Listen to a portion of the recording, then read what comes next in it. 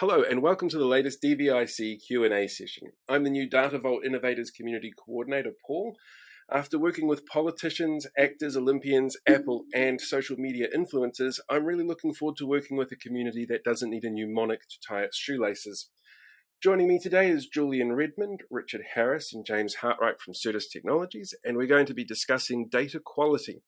But the point of these sessions is to make sure you get your questions answered. So make sure that if you're watching this afterwards, you leave questions in the comments section so we can tackle them for the next one round. And make sure one of those questions is not asking Richard what it's like to share a name with the Dumbledore actor. We'll go on and ask the panel on your behalf later on. Now let's dive in and meet today's panelists. Who wants to start us off and introduce themselves? Yep. Hi, I'm James Hartwright. I work in Certus's strategy and innovation side, and I see data quality from both the technology end and the business end, so the impact of data quality in the business. And yeah, a lot of my job recently is helping organizations resolve that. I'm Julein Redmond. I'm the CEO of Certus Insight and Iris. I've been in and around data warehousing and data vault for 12, 15 years now. I get to talk to these guys regularly. Richard Harris, Commercial Director for Certus Insight. Been in and around data and particularly data quality for about 20 odd years. Perfect. Thank you very much for joining me today. First question for you. What's the difference between data remediation and data quality management? Julein, do you want to take this one? Yeah, I'll have a go at the high level. So there's two aspects to it. Lots of people, when they talk about data quality, they're talking about how do I fix my data. And so it's really about what remediation efforts can they do. And there's lots of different things you can do. So you could do things, at the application end by having, predetermined fields that they select from, or you can wash data against address data sets to clean up address data, or a range of different things that can be done. But often the problem is actually finding out where all your data quality issues actually are, quantifying them and prioritizing which ones to fix. Really the big challenge is that at 100% data quality is a nirvana that no one can attain and maintain. So it's really about where do you apply the effort. And so that's where data quality management really sits, is really in determining what problems have a big enough impact that you should actually pay attention and do some of those remediation efforts. Yeah, I totally agree. The identification of those critical attributes, critical business processes, critical elements. Otherwise, an organization will just walk in and boil the ocean and just try and do everything, and then everybody gets downbeat on why we're not improving. The other thing I think in the data quality management side is, we can talk about the technology we apply, but we've got to bring the people and the methods along. So it has to come embedded with the culture in why good data quality is a thing that we should strive for. And then the other is data quality management is continuous. I hit a data quality thing about 5 years ago, and what we saw was data wasn't getting input into a survey of high quality. It was non-mandatory, so people weren't filling it in. The resolution was, well, let's make them put the full date of birth in. And we went, okay, that problem's gone away now. It's mandatory. They've got to put the date of birth in. Came back 3 months later and looked, and everybody had a year of birth of, at that time, 2014. So everybody was born on the first item on the drop-down list. So your data quality management process needs to understand and continue to look at the new things that you've put on. Because if the process isn't embedding correctly, you might as well just not have done it. And I think the only thing I would really add to there is that data quality management is driven really through trust, making sure that ultimately you want good quality data because you want to utilize it in your organization, whether it be communication to your client and making sure names and addresses and so forth are correct and maintained, but also all the other data that's being used. You've got to make sure that people trust it. Otherwise, they're not going to use the insights that are derived from it. So I think, before you think about remediation, It always tracks back to what data is being used, what level and degree of trust do I need to have, and do I have in that. It's kind of a chicken and the egg situation, right? Makes a lot of sense. So then, whose responsibility is data quality? Everyone's. Well, that was an easy answer. Fine. Yeah. Fine. Yeah. All agree? Yeah. Everyone's. In fact, the title of today of Q&A, I think, was posted, with the high turnover. And I think for me, that's one of the big risks that we face today. The average life expectancy for a chief marketing officer is 18 months. Oh, God. So it comes to, and the trend is similar for a lot of other executive roles.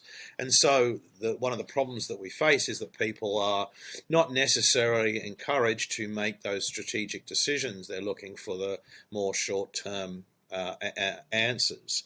And that starts to permeate, across an organizational culture sometimes. If people are moving roles, then there's less incentive to look at maintaining and taking data quality seriously. I mean, I would love to have seen more focus being given on some of the recent breaches as who was in charge when those decisions were made to architect in those ways. Because 9 times out of 10, it was not the people who were dealing with the problem today. So from my perspective, although it is a very glib answer to say everybody, it's quite true that we need to have an organizational view of why data is important and where and how we can take the steps to maintain data at its highest quality, that's possible within the context of your organizational capabilities.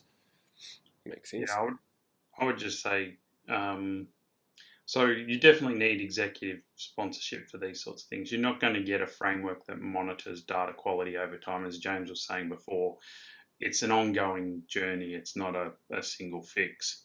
So if you have exec sponsorship to put those systems so you can monitor it, but execs can't, they're not the ones at the coalface actually entering data into a system or working with that data and having the opportunity to correct errors as they come across them. So it's a cultural thing too, and it's analogous to the designing security into all layers of your process. You need to design quality into all layers of your operation here, and it's not a easy project to do because it actually touches every layer of the onion. And you need to have that mindset of at this point, how can we affect the architecture or the design or the processes to build data quality into it. I'm doing a lot on this at the moment in trying to educate the business owners of business systems that data quality is not just about the data quality of what they believe they need to run their process. It's all of the downstream people or parallel connected systems that if you're on any journey towards data-driven maturity, data-driven insights, you have to, as you said, have it from the enterprise. You have to have those business owners respect and respond to things that may not necessarily be within their core system. And again, culture, journey, etc. Perfect. Right, next question I've got for you. Do you think business people understand the role of data and the need for trust in the data? I think, yes, that's growing and getting better. There's still a long way to go.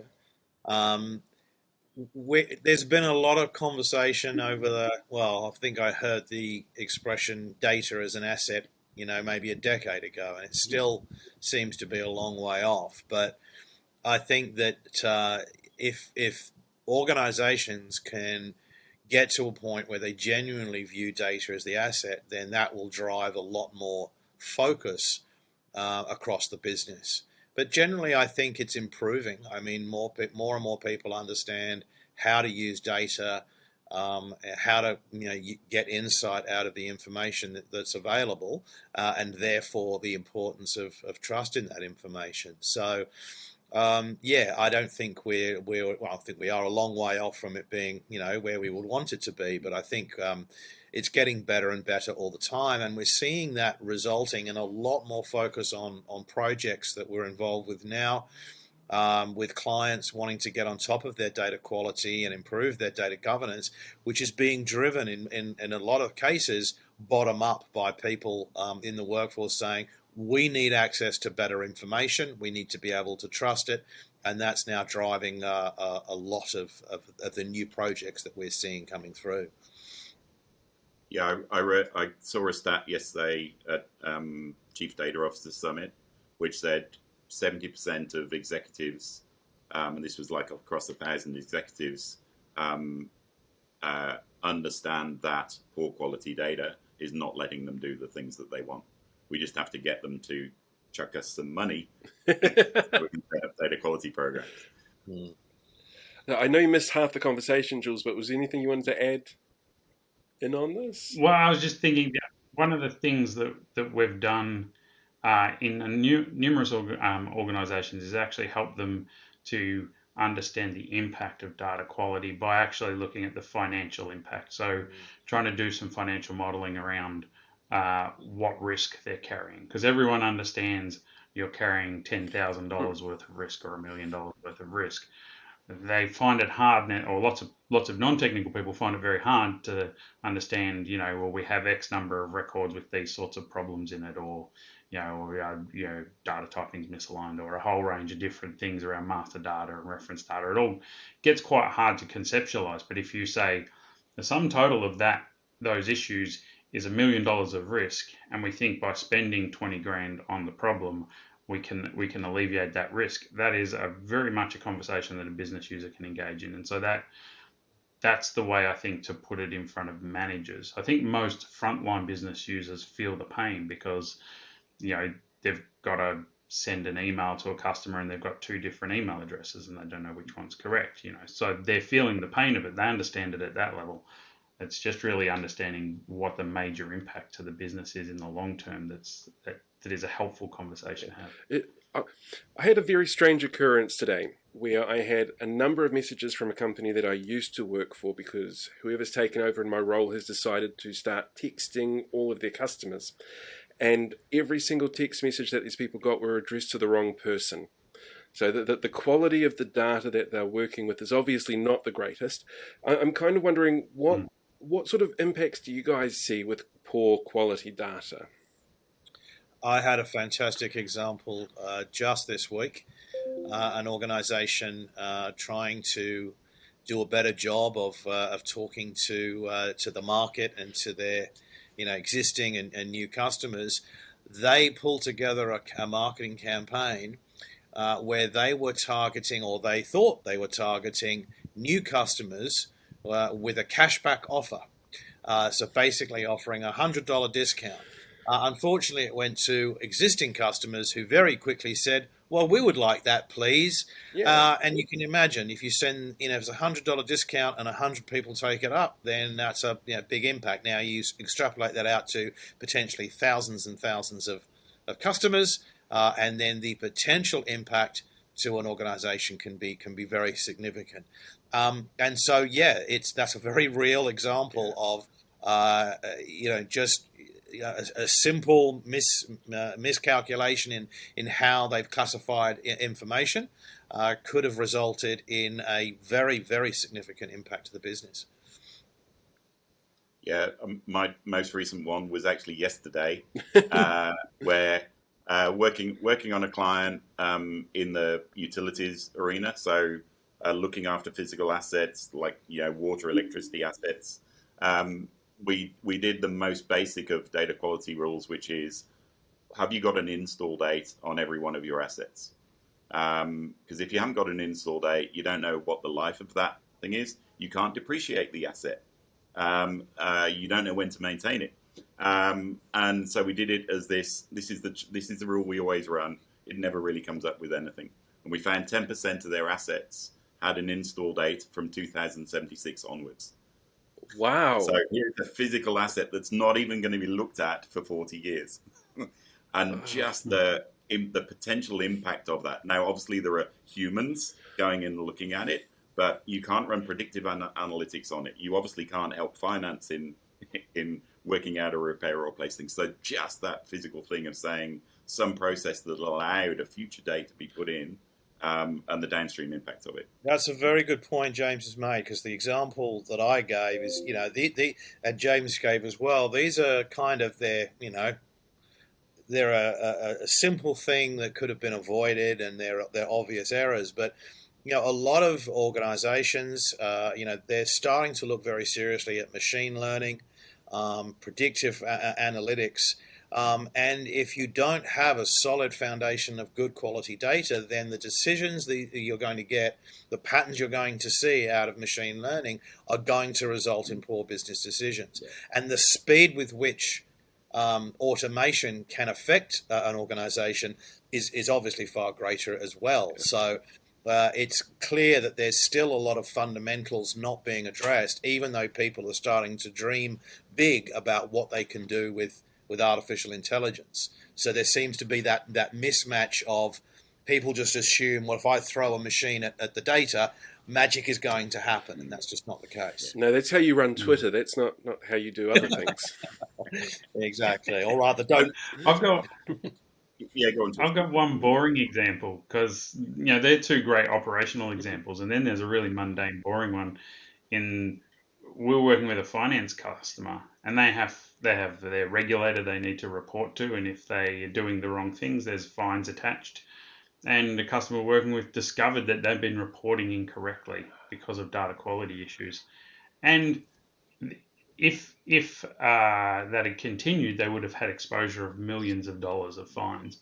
But by calling it out to the regulator and working through it and putting a process in, the regulator's there to make sure they're trying to do the right thing, not trying to make money off fines. So but the fact that we were doing the data quality project found the sorts of things that potentially could have been millions of dollars of exposure, with not because they were poorly handling customer data or not maintaining assets, but just because the way they were organising their data and running their analytics that they needed to report to the regulator was not in line with the regulation. So it touches all aspects of business. There's no part of a business that doesn't operate on data, and data quality is important across all of those operations. So there's there's a real strong thing for me in the Data Vault construct on that, is that for 20 odd years my job primarily was hiding away all of the rubbish that had been going on in the operations and presenting a BI report that showed beauty. Well, Data Vault brings it through, show the facts, show what's actually been recorded up to the end user, so they can make an informed decision. So they can then go, yeah, this is rubbish, we need to get that sorted. But putting a data quality framework on top of that, you can actually start pinning the records and the values that you're going are in error. So putting that in context to an end user, if they want to filter it out, they can, but that you can filter it out based on the known attributes that are bad. Hiding it away should be something that we never do moving forwards, and something in Data Vault that allows you to demonstrate that to if you absolutely need to convert that, then it's a very strong thing in as people become more and more data savvy, we shouldn't treat them as stupid. Makes a lot of sense. Yeah, absolutely. Then, how closely coupled then is data quality to data governance? And do you think there should be data quality in places for like a council in charge of this kind of thing within a company, or how does that all connect for you guys? Yeah, there's an interesting catch-22 there. If you build your data quality reporting and there's nobody to take them on, you're stuffed. If you've built this data governance council that's there to look after all the data, but there's nothing in terms of progress or weird things, so you have to sort of do them in parallel. That bit we talked about before in terms of bringing a culture of data and data quality and classification of data, like you need to make sure that personal and sensitive data is hived away, not exposed, all of that. So the data governance council, yes, I prefer the word forum, a group of like-minded people coming together and helping drive the business. Get that set up, get the data quality process in there. If you find something where there's some real bad data quality in the organization, allow that forum to have funding to help improve that. It's not just that area's problem. It's you've got to help aid the thing. By doing that, you just generally just immediately start surfacing that the organization respects good value, good quality data, and allowing people to put their hands up when they see something that's a bit weird. Feed that into the forum, and the forum respecting it and applying a risk profile and an order to it. But yeah, it's another of those things. If you can bring the organization together through that forum, then the tendrils just start going everywhere. There's also inherent in that as well, understanding the different types of data quality and how they relate back to governance, because data quality could be accuracy. If we just look at email addresses, for example, does it have a first name, an @ and a domain that's viable? But then there's completeness. How often are we capturing that email? Because if you're, again, in a marketing-led organization, then an email is a highly valuable communication point. It's also a highly valuable business key in Data Vault for the linking of data together. And then, of course, you've got recency. How old is this email? Are we getting bounce backs, et cetera, et cetera? So you've got to start asking those kinds of questions about what you actually mean by data quality, and then which ones of those would relate back to your data governance strategy. Because again, that part of that quality, if you've got a piece of data that's being used ubiquitously across the organization, it's highly valuable, then of course that's going to be top priority in terms of governance and who has access to it. If it's PII, does everybody need access to it as well? So they do go hand in hand, but I think it starts with knowing what do we actually mean by data quality for the information we're managing. Anything you want to add in there, Jules? Well, the only thing I'd mention, I think it was probably 4 or 5 years ago, and I'm pretty sure it was Forrester that put out a report saying essentially that data stewards, which kind of fit under your governance structure, needed tool sets. You can't be expected to manage, rules and policies and definitions for KPIs and whatever else. And also the related quality elements without tool sets. So a data quality framework so that you can manage data quality is one of the critical tools for a data steward to actually use if you want your data stewards to be effective in your business. So they're very closely tied together. I see what you mean though, James. It does sound very formal with stewards and councils and all the rest of it.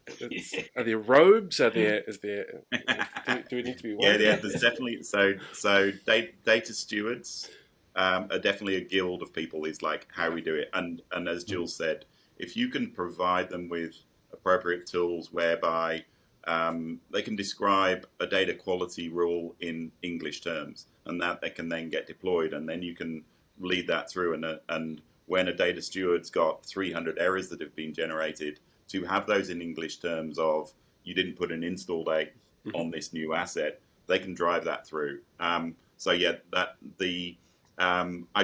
try wherever possible to remove that formality. And the other part in there that data quality is very strongly linked to. So data governance councils were historically very protect. Like, we need to protect the data and keep it and secure it. I go just as much, and this is off a lady called Laura Madsen, who go and read her book on disrupting data governance, promoting the use of data, surfacing that thing of this is good quality data. We are doing QA across this bit of data to the end of the earth. So have trust in this data and use it and share it and extend it.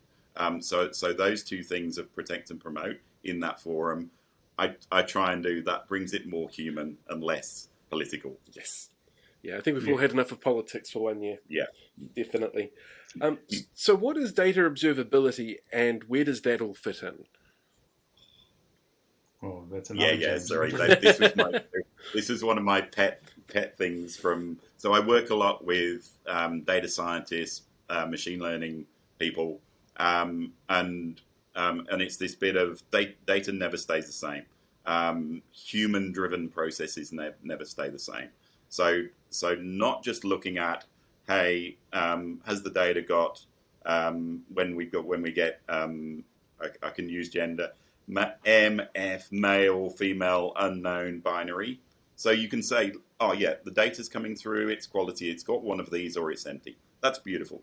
But what happens if next week 80% of the records come and they go M? Well, you're going, well, that's not the data looks right, but the overall breadth, the overall spread, my sort of trust in that did it right has dropped. So data observability is not just profiling the things in themselves. It's looking at what's come in today, what's come in yesterday. Is this the same? Is this the right amount of data for a Thursday in November? Yeah, compared to last year, it's doubled. Well, what's going on there? And having something in that data quality side to look at the statistical spread of that data is becoming way more important. And to Richard's earlier point, as we're building automated systems from IoT sensors and things, this automated thing is going to make its decisions and change through feedback learning, change what it's doing. And so we need to have that same level of data quality observation before that thing makes an incorrect decision. So getting in there as quickly as possible and being proactively reactive to data change is something I've been waving the flag for the past 3 years. And then, yes, this data observability of profiling the data, understanding the data, and then putting processes on top, which can in themselves be AI processes to monitor that data and alert us as early as possible. So that was actually going to be my next question. Is that a much more humanized sort of interaction that you're thinking of, or something that's much more digitized? It's very much in the sort of the human augmentation decision support, where the robot puts up its virtual hand and says, this looks weird. Based on what you told me is good, this looks weird. Can you tell me, do an action, but then tell me whether I was a good bot. Yeah. If I was a good bot and I raised something that was weird, then I will learn from that. And if you tell me, don't worry about it, I'll also learn about that and not to come and pester you.